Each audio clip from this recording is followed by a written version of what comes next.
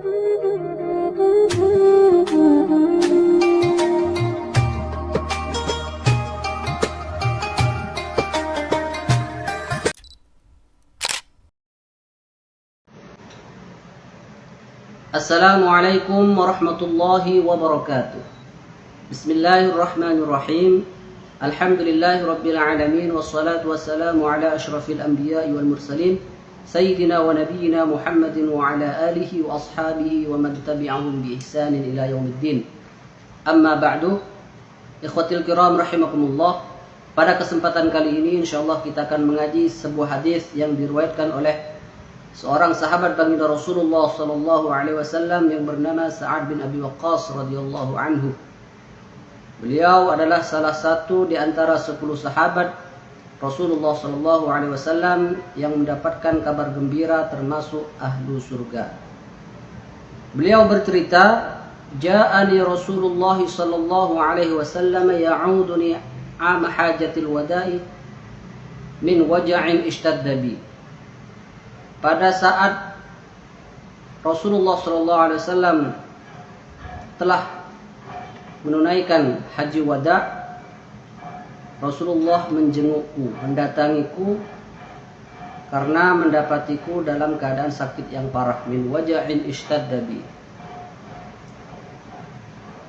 Lalu faqultu ya Rasulullah, lalu aku berkata kepada Rasulullah, ya Rasulullah, inni qad balaghani minal waja'i ma tara. Sungguhnya saya saat ini sedang sakit parah sebagaimana engkau lihat ya Rasulullah. Wa ana dzu malin, sedangkan saya banyak sekali harta saya. Wa la yarithuni illa ibnatun li, dan saya tidak mempunyai ahli waris kecuali hanya seorang putri saja. Afa atasaddaqu bi thulutsai mali, bolehkah kira-kira ya Rasulullah saya mensedekahkan 2/3 harta saya? Lalu beliau menjawab, la, tidak.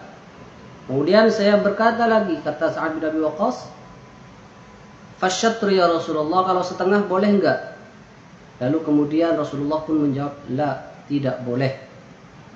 Kemudian saya mengatakan, fathuluts ya Rasulullah, kalau sepertiga bagaimana ya Rasulullah? Qala ats-tsulutsu was-tsulutsu katsir. Lalu baginda Rasulullah SAW menjawab, sepertiga itu cukup dan sepertiga itu adalah sangat banyak sekali. Innaka antadhar warasataka aghniya khairun min antadharhum 'alatan yatakaffafuna an-nas.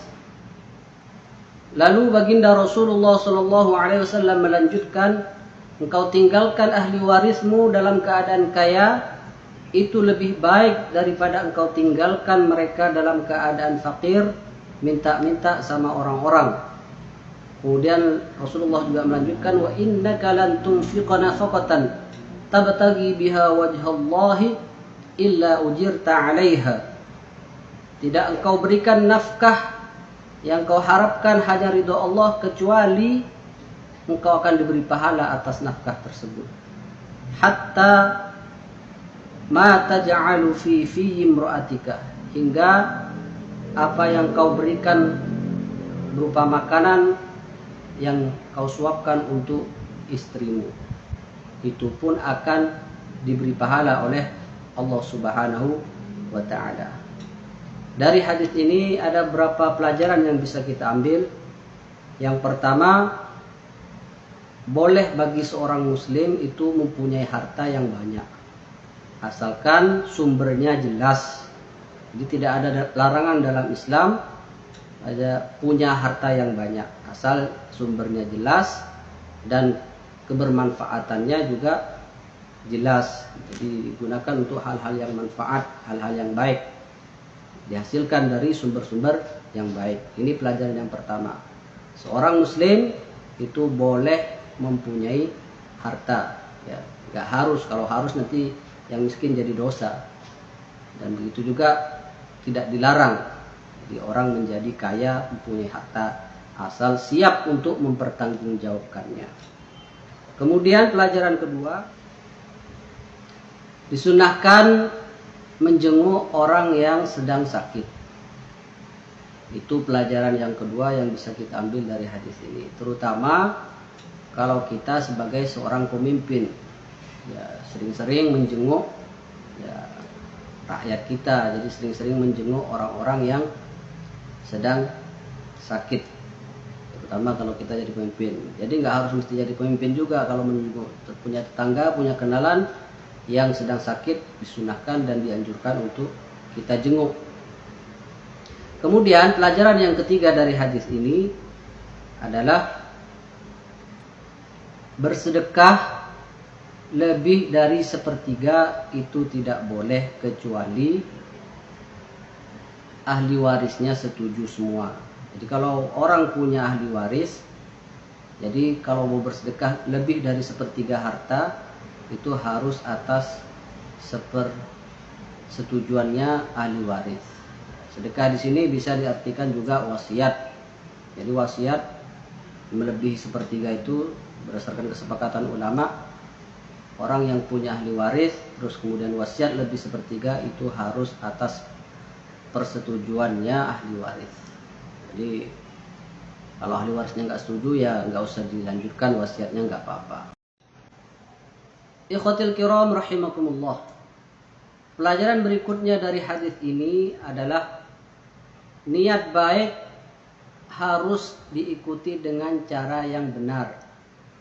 Kita ketahui bahwa niat baik dari sahabat Nabi yang bernama Sa'ad bin Abi Waqqas untuk mensedekahkan hartanya sebanyak 2/3, namun oleh baginda Rasulullah SAW tidak diperkenankan. Jadi hanya diberikan batasan 1/3 yang hanya diperkenankan untuk mensedekahkan hartanya.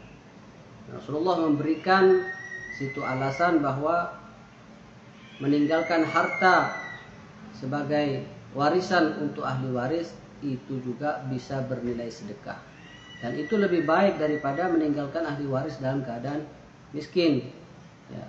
Jadi ada keutamaan bahwa memberi nafkah keluarga itu juga bagian yang tidak kalah utama daripada sedekah pada orang lain tentunya. Nah, sehingga di situ disebutkan hatta ma taj'alu fi imra'atika, hingga suapan yang kau suapkan untuk makanan yang kau suapkan untuk istrimu itu juga bagian dari sedekah. Nafkah untuk keluarga itu enggak kalah utama daripada nilai sedekah. Imam Ibnu Battal dalam mensyarahi hadis ini beliau menyebutkan dalla hadza anna tarkal malil warathah khairun minas sadaqah. Meninggalkan harta sebagai warisan untuk ahli waris itu lebih baik daripada sedekah. Wa anna an-nafaqah 'alal ahli minal a'malis shalihah. Dan sungguhnya menafkahi keluarga itu juga bagian dari amal soleh yang gak kalah utama daripada bersedekah. Sebagai penutup, mudah-mudahan apa yang kita pelajari, apa yang kita baca dan kita dengarkan diberkahi oleh Allah Subhanahu wa taala, dijadikan ilmu yang manfaat, dan kita semua senantiasa diberikan kesehatan ya, dan kelapangan rezeki sehingga kita mampu untuk bersedekah. Amin Allahumma amin. Kurang lebihnya mohon maaf. Sampai jumpa di video berikutnya. Jika ada hal yang kurang berkenan ataupun yang ingin disampaikan, silahkan tulis langsung di kolom komentar. Insyaallah kami akan merespon, kami akan jawab hal-hal yang kurang berkenan di hati para sahabat semuanya. Akhirul kalam, subhanakallahumma wa bihamdika asyhadu an la ilaha illa anta astaghfiruka wa atubu ilaik. Assalamualaikum warahmatullahi wabarakatuh.